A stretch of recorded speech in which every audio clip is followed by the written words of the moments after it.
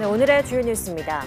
코로나19 신규 확진자가 62만 1,328명으로 역대 최다를 기록했습니다. 방역당국은 하루 평균 확진자 규모를 최대 37만 명으로 전망했지만 실제 유행 규모는 예측치를 크게 넘어설 것으로 보입니다. 신규 환자가 폭증하면서 위중증 환자는 1,000명대를 이어가고 있고 하루 추가 사망자는 429명으로 전날보다 2배 넘게 늘었습니다. 재택치료 환자는 192만여 명인데 이 가운데 하루 2번씩 모니터링을 받는 집중관리군은 28만 5천여 명으로 증가했습니다. 정부는 각계 의견을 수렴해 새 거리두기 조정안을 내일 확정 발표할 예정입니다. 사적 모임 인원을 8명으로 늘리고 영업시간을 자정까지 연장할지 여부를 놓고 전문가들 사이에 의견이 팽팽히 엇갈리고 있습니다.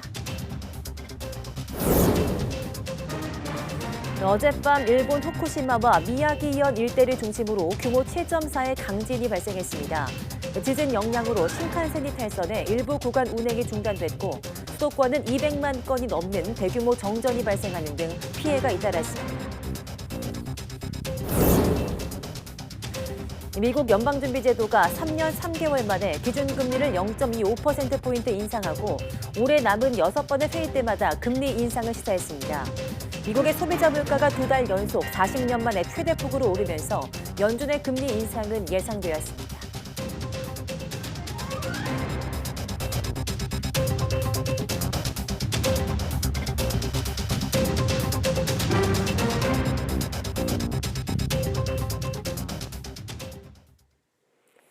네, 여러분 안녕하십니까? 3월 17일 사이언스 투데이입니다.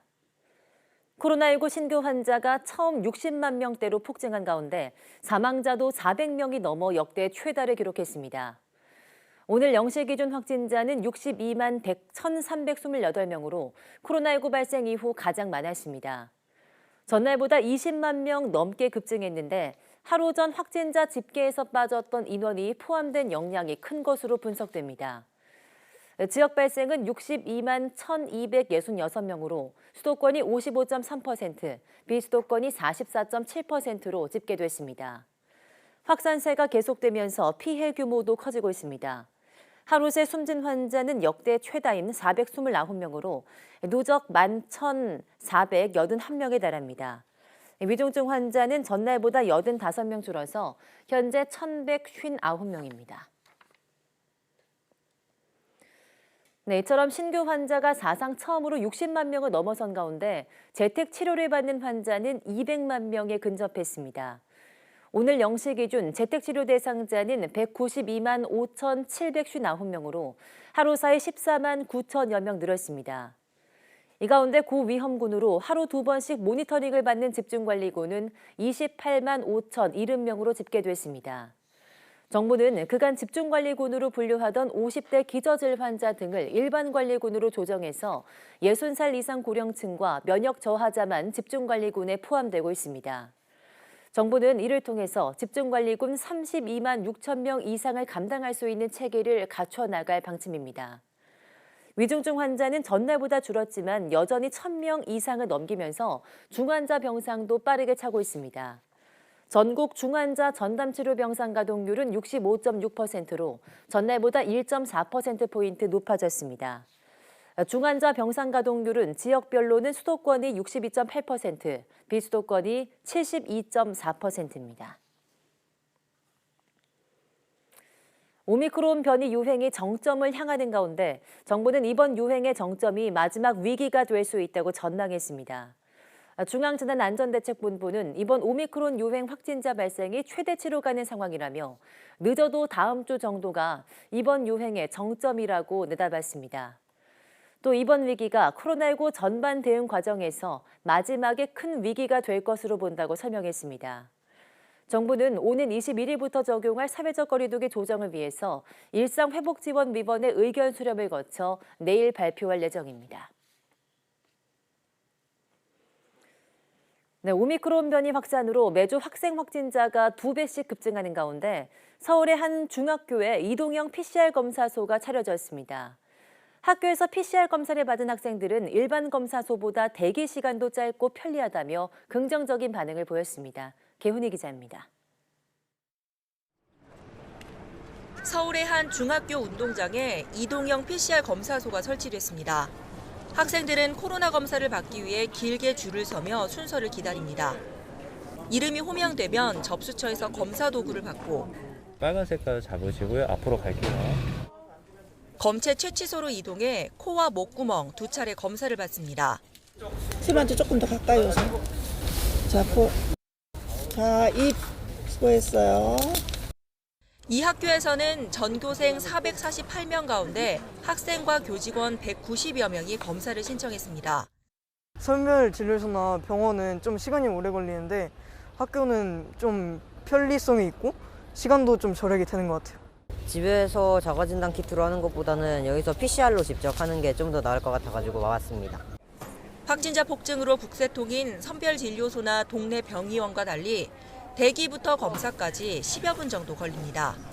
학교에서 또한 일부러 또 나가서 하려면 여러 가지 번거로움도 있고 그래서 아마 학부모들이 많이 지원을 하지 않았나 이런 생각을 갖고 있습니다.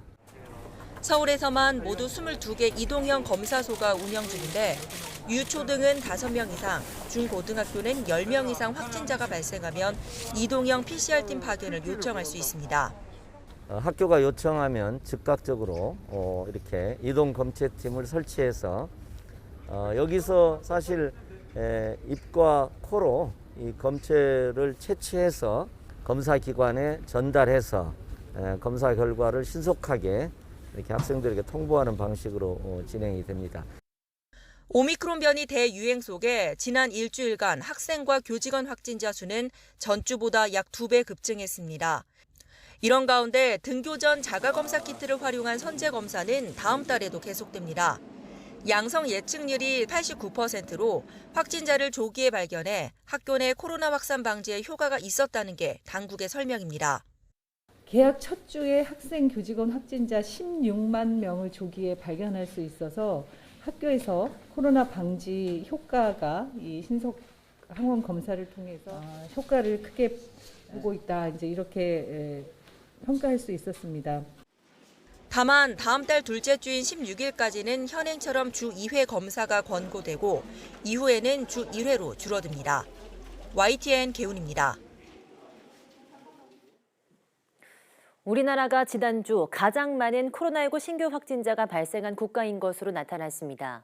세계보건기구 WHO의 주간 역학보고서에 따르면 지난 7일부터 13일까지 우리나라는 210만 171명이 코로나19에 새로 확진된 것으로 보고돼 가장 많은 신규 확진자를 기록했습니다. 이어 베트남 167만 627명, 독일 135만 362명 순이었습니다. 이 기간 전 세계 코로나19 신규 확진자는 1,140만 7,714명으로 한 주 전보다 8% 증가했습니다. 1월 하순 정점을 찍은 뒤 감소세를 보이던 주간 기준 전 세계 신규 확진자 수가 지난주에 다시 증가로 돌아선 겁니다. 정부가 다음 달부터 반도체 공정에 쓰이는 희소가스인 네온과 크세논, 크립톤에 0% 할당 관세를 적용하기로 했습니다. 홍남기 부총리 겸 기획재정부 장관은 오늘 아침 정부 서울청사에서 비상경제 중앙대책본부 회의를 열고 4월 중 러시아와 우크라이나 수입 의존도가 높은 네온과 크세논, 크립톤에 할당 관세 0%를 적용하겠다고 밝혔습니다. 정부는 일정량의 수입품에 대해서 기존 5.5% 세율이 아닌 0% 세율을 적용할 방침입니다. 홍 부총리는 또 옥수수 사료 대체 품목인 보리의 할당 물량을 애초 4만 톤에서 10만 톤으로 늘릴 계획이었으나 이번에 25만 톤까지 증량을 추진한다고 말했습니다. 정부는 페로티타늄, 알루미늄 스트립 등 자동차 관련 품목에 대한 할당 관세 적용 요청에 대해서도 최대한 신속하게 검토해 결정하기로 했습니다. 네, 500만 명 넘는 소액주주, 이른바 동학개미들이 포진한 삼성전자의 주주총회가 어제 열렸습니다. 주총장을 달군 MZ세대 주주들의 송곳 질문에 경영진은 진땀을 흘렸습니다. 보도에 김상호 기자입니다. 이른 아침 대형 컨벤션 센터. 코로나19 확산 속에서도 긴 줄이 늘어섰습니다. 내부는 인기 공연장처럼 포토존에 응원 메시지를 다는 월과 경품 행사 등이 마련됐습니다. 하지만 주변을 보면 사정이 다릅니다. 최신작인 갤럭시 S22에 강제 성능 제한 기능에 항의하는 삼성전자 노조와 소비자들이 시위를 벌였습니다. 장사 그렇게 하는 것이 아니다는 문구를 단 트럭도 동원됐습니다.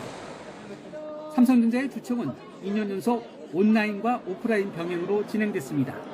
현장에는 삼성 주총 역대 최대 인원인 1,600여 명이 참석했습니다. 주가가 부진하다고 생각을 많이 합니다. 눈물이 났죠, 사실. 삼성전자 주식 8.5%쯤을 보유한 국민연금이 경기현 사장 등 일부 이사 선임에 대해 반대표를 던졌지만 주총 안건은 모두 의결됐습니다. 이해 관계자들과 투명하게 소통해 나갈 것을 약속드립니다. 3시간가량 진행된 주총에서는 창사 이래 첫 파업 우려가 나오는 노조 문제를 비롯해서 주주들의 송곳 같은 질문과 지적이 이어졌습니다. 현재 지원에 대한 삼성 팬들에게 합리적인 납득을 주지 못했습니다. 삼성은 철저하게 그 잘못하는 부분을 지적해야 되는데 예전에 96,800원 개시 이후에 지금 30% 가까이 주가가 떨어졌는데 시가총액 1위로 국민주로 불리는 삼성전자.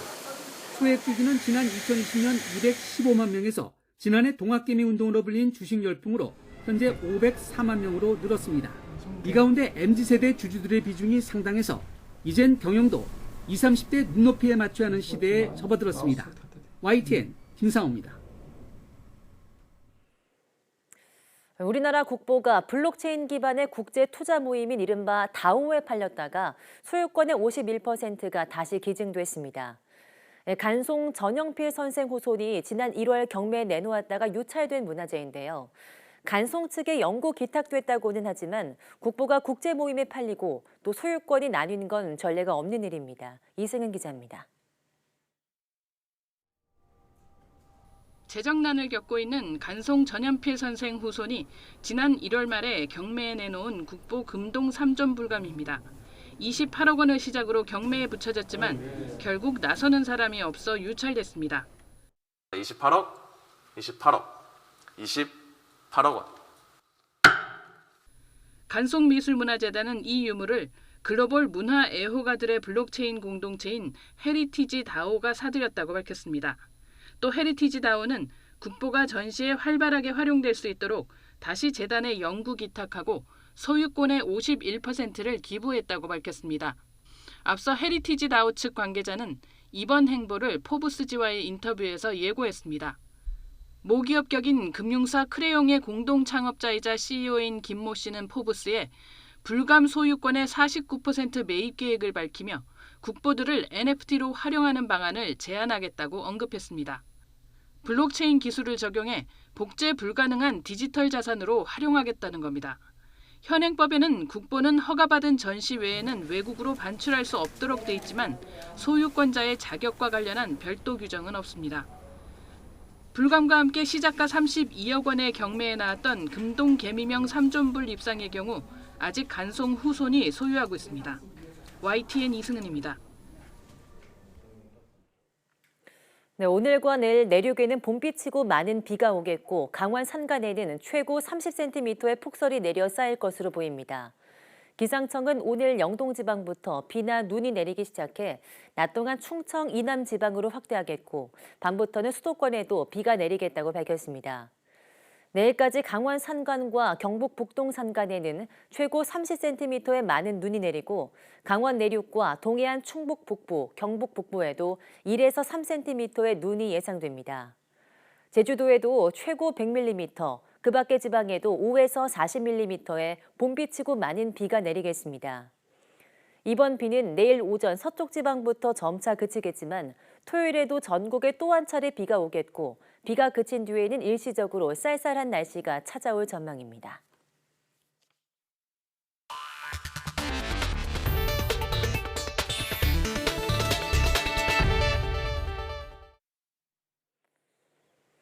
네, 어젯밤 일본 후쿠시마와 미야기현 일대 등 도호쿠 지역을 중심으로 최대 규모 7.4의 강진이 발생했습니다.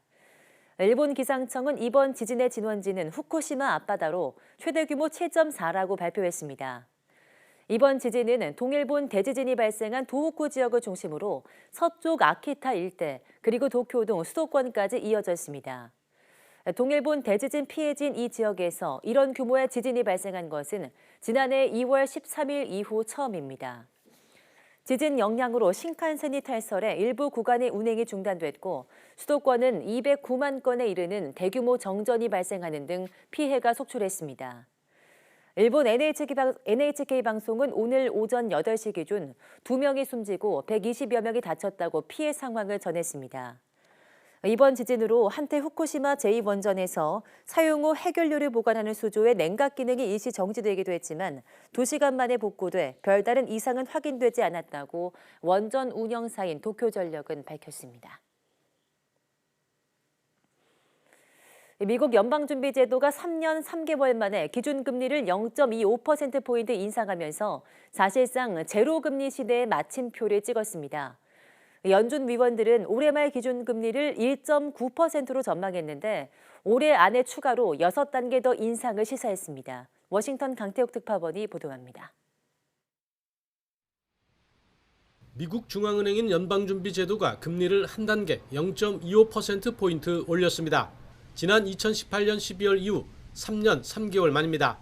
그동안 0에서 0.25%였던 사실상 제로금리 시대를 끝내고 금리 인상의 시작을 알린 겁니다. Congress has given us maximum employment and price stability. Today, in support of these goals, the FOMC raised its policy interest rate by 1/4 percentage point. 올해 말까지 1.9%에 이르게 하겠다는 전망도 내놨습니다.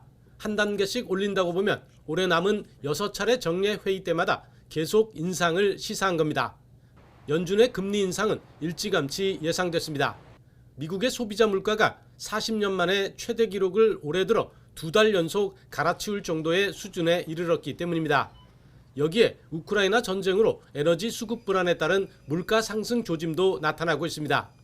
파월 의장도 우크라이나 침공이 미국 경제에 미치는 영향이 매우 불확실하다고 평가했습니다. Additionally, higher energy prices are driving up overall inflation. The surge in prices of crude oil and other commodities that resulted from Russia's invasion of Ukraine will put additional upward pressure on near-term inflation here at home. 이에 따라 연준은 미국의 올해 물가 상승률 전망치를 직전 2.6%에서 4.3%로 크게 올렸습니다. 성장률은 직전 4.0%에서 2.8%로 1%포인트 이상 대폭 낮췄습니다. 파월 의장은 연준의 목표 물가인 2%를 회복하는 게 기존 예상보다 더 오래 걸릴 것이라고 내다봤습니다. 그렇더라도 내년에 경기 침체가 올 가능성은 특별히 커지지 않았다며 미국의 경제 성장은 여전히 강하다고 강조했습니다. 워싱턴에서 YTN 강태욱입니다. 네, 제롬 파월 미국 연방준비제도 의장은 연준이 다음 달 연방공개시장위원회 정례회가 열리는 5월부터 대차대조표 축소, 이른바 양적 긴축을 시작할 수 있다고 밝혔습니다. 파월 의장은 현지 시간 16일 3월 정례회의를 마친 뒤 기자회견을 하고 우리는 다가오는 한 회의에서 대차대조표 축소 시작을 발표할 것으로 기대한다고 말했습니다. 이르면 5월에 양적 긴축 절차가 시작될 수 있다고 전했습니다. 파월 의장은 이번 양적 긴축은 지난 2017년에서 2019년보다 더 빠르게 시작될 것이라며 훨씬 공격적으로 이루어질 것이라고 예고했습니다. 파월 의장은 또 우리 위원회는 물가 안정을 복원하기 위한 의무를 뼈저리게 느끼고 있다면서 그렇게 하기 위한 수단을 사용할 것이라며 인플레이션 대응의 필요성을 거듭 강조했습니다. 네, 유럽연합 EU 27개 회원국이 탄소 국경세 도입에 합의했다고 에마뉘엘 마크롱 프랑스 대통령이 밝혔습니다. 탄소 국경세는 이산화탄소 배출 규제가 약한 국가가 강한 국가에 상품 서비스를 수출할 때 적용하는 관세로 사실상 추가 관세로 볼 수 있습니다. 마크롱 대통령은 현지 시간 15일 트위터에 탄소 국경세를 부과하는 방안에 EU 회원국 간 합의가 이루어졌다며 유럽이 앞으로 나아가고 있다는 글을 올렸습니다. EU 이사회도 이날 보도자료를 내고 탄소 국경세 규제에 관한 일반적인 접근법에 합의했다며 시멘트, 알루미늄, 비료, 전기에너지 생산, 철과 철강 부분에 적용된다고 밝혔습니다. 네, 국제환경운동단체 그린피스가 최근 2달 동안 남극 해양 생태계를 탐사한 결과 곳곳에서 기후 위기 정황이 관측됐습니다. 지난 5년 동안 서울 면적 70배에 달하는 남극 해빙이 사라지고 따뜻한 곳에서만 사는 펭귄의 서식지는 점차 넓어지고 있습니다. 김혜린 기자입니다. 바다를 바라보며 사색하는 듯한 펭귄. 머리에 흰색 삼각형 띠가 특징인 이 펭귄의 이름은 젠투 펭귄입니다. 남극에서도 비교적 온화한 지역에서만 살지만 최근 원래 서식지에서 남쪽으로 200여 킬로미터 떨어진 섬에서 무더기로 발견됐습니다. 기후변화로 남극이 따뜻해지면서 예전에 너무 추워 가지 못했던 남쪽으로 점차 서식지를 넓히고 있는 겁니다. And that means they tell us about the bigger changes that are happening in the environment. So the state of how these penguin colonies are doing will tell us about how fast the impacts of climate change are happening, the disruptions that are also happening from industrial fishing, and really make that case for why we need to protect these kinds of places. 국제환경운동단체 그린피스가 지난 1월부터 2달 동안 남극 환경을 탐사한 결과 곳곳에서 기후변화의 흔적이 드러났습니다. 온도 상승으로 해빙은 속절없이 녹아내리고 곳곳에 얼음 조각들이 떠다닙니다. 남극 해빙 면적은 최저를 기록했던 지난 2017년과 비교해 서울 면적의 70배에 달하는 얼음이 또다시 사라진 것으로 관측됐습니다. The Antarctic Ocean, like so many oceans around the world, is facing huge pressures from climate change, from industrial fishing. 지구 온난화에 서식지를 옮기거나 터전을 잃어가는 남극 생물들. 그린피스는 이번 탐사 결과로 남극 생태계 피해가 확인됐다면서 남극 해역을 보호구역으로 지정해야 한다고 강조했습니다. YTN 김혜린입니다. 네, 러시아와 우크라이나가 우크라이나군의 감축과 러시아군의 철수 등을 주요 내용으로 하는 평화안을 논의 중인 것으로 알려졌습니다. 현지 시간 16일 스푸트니크 텔레그래프는 파이낸셜 타임스를 인용해서 양측 협상 대표단이 15개 항으로 구성된 평화안을 준비 중이라고 전했습니다. 평화안에는 우크라이나의 북대서양 조약기구, 나토 가입 금지, 외국 군사기지 유치와 무기 배치 불가 등이 포함된 것으로 알려졌습니다. 또 우크라이나의 군대 보유를 허용하되 무장 수준에는 제한을 가하는 방안이 논의 중인 것으로 전해졌습니다. 반대급부로 러시아는 우크라이나 영토 내에서 군사작전을 중단하고 철군한다는 내용이 포함된 것으로 알려졌다고 이들 매체는 보도했습니다. 드미트리 페스코프 크렘린궁 대변인은 이 같은 보도에 대해서 잠재적 합의 내용을 공개하기에는 너무 이르다고 말했습니다. 조 바이든 미국 대통령이 우크라이나 침공을 지시한 블라디미르 푸틴 러시아 대통령에 대해서 처음으로 전범이라는 단어를 사용했습니다. 바이든 대통령은 현지 시간 16일 이날 백악관에서 개최한 한 행사를 끝낸 뒤 행사장을 떠나면서 기자의 거듭된 질문을 받자 푸틴 대통령을 가리켜 그는 전범이라고 생각한다고 말했습니다. 바이든 대통령은 앞서 우크라이나 지원과 관련한 연설에서 러시아군이 병원을 공격하고 의사를 인질로 잡고 있다고 비판하기도 했습니다. 일부 서방 정상들은 푸틴 대통령을 향해서 전범이란 표현을 사용하지만 백악관은 그간 전범이란 단어가 검토를 필요로 하는 법률적 용어라면서 유보적인 입장을 보여왔습니다. 이와 관련해 젠사키 백악관 대변인은 언론 브리핑에서 대통령의 발언은 자명하다. 그는 진심에서 또 그가 TV를 통해 본 것을 토대로 얘기하는 것이라고 설명했습니다. 네, 제이크 설리번 미국 국가안보보좌관이 니콜라이 파르투셰프 러시아 국가안보회의 서기와 통화를 하고 어떤 경우든 우크라이나에 대한 생화학 무기를 사용하지 말 것을 엄중 경고했습니다.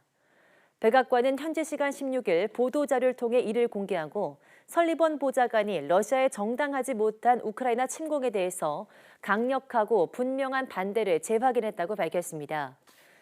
설리번 보좌관은 우크라이나의 영토와 주권 방어를 지원하기 위해서 동맹과 단합해 러시아가 대가를 지불하도록 하는 일을 계속하고 나토의 동부 지역을 강화할 것이라고 분명히 했습니다.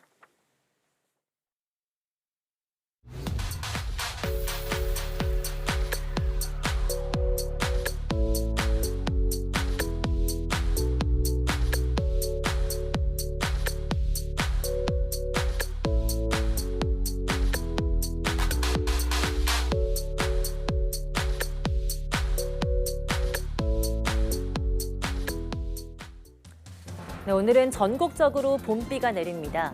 특히 강원 영동과 경북 북동 산지 등은 기온이 낮아서 비 대신 눈이 오는데요. 그 양이 제법 많을 것으로 보입니다. 시설물 관리와 교통 안전에 각별히 유의해 주시기 바랍니다. 뉴스 마치겠습니다. 함께해 주신 여러분 고맙습니다.